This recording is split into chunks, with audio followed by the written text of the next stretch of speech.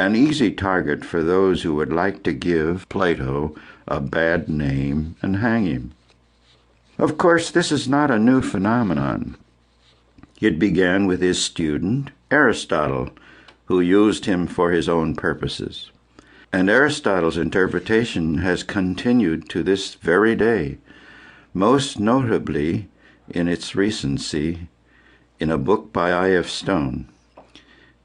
Aristotle's aim in many of his writings is to attribute to Plato a realm of separated forms, the first charge, which forms would be infinitely regressive and meaningless on the one hand, or irrelevant to nature on the other. Without proceeding into the intricate details of Aristotle's caricature of his teacher, this much needs saying, that the big mistake of the separated forms is usually said to be the third man argument. Now, what is wrong with the third man argument? What is this obvious fallacy which is attributed to Plato? Even though Plato is careful to refute the argument himself many times, what is that argument? Clever philosophers currently call it TMA. Stated simply, it is this: if Callias and Socrates are men, but cannot be pure ideas, then there must needs be a third man, a pure idea, in order to understand the manness of Callias and the manness of Socrates.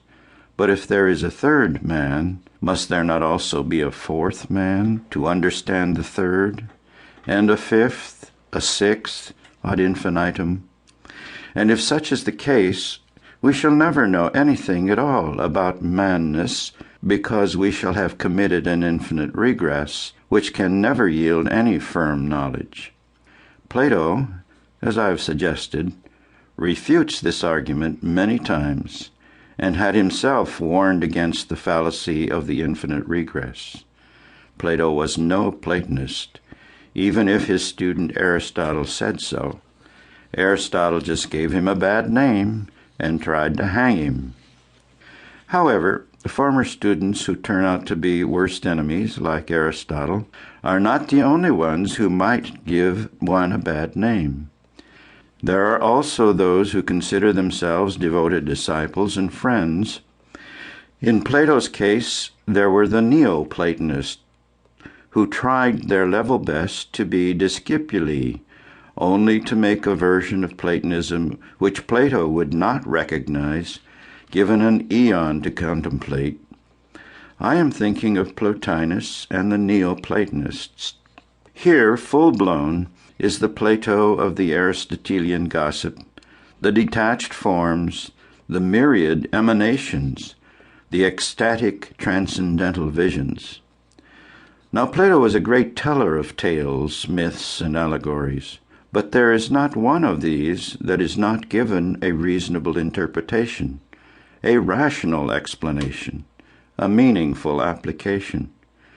The allegory of the cave, for example, Republic 514a, is an explicit explanation of the nature of knowledge and how one might feel to gain it. No, again, Plato was no Platonist, no matter which student or disciple said he was. Perhaps the greatest of those who have given Plato a bad name are the Christian theologians, for example, Paul and Augustine. The grounds for asceticism and puritanic moralism in the Christian tradition are well known. It was Augustine who thought the theater a morally degenerate place, not Plato. But it is Plato who is said to have created the split-level world and advocated living only on its top floor.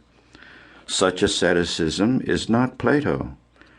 Plato was an Athenian lover of life, not a Spartan, like Lycurgus, who wished for a regimental military discipline as a moral, political, social ideal.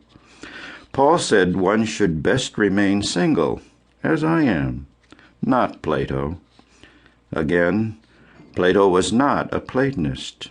Paul and Augustine, oddly enough, however, were.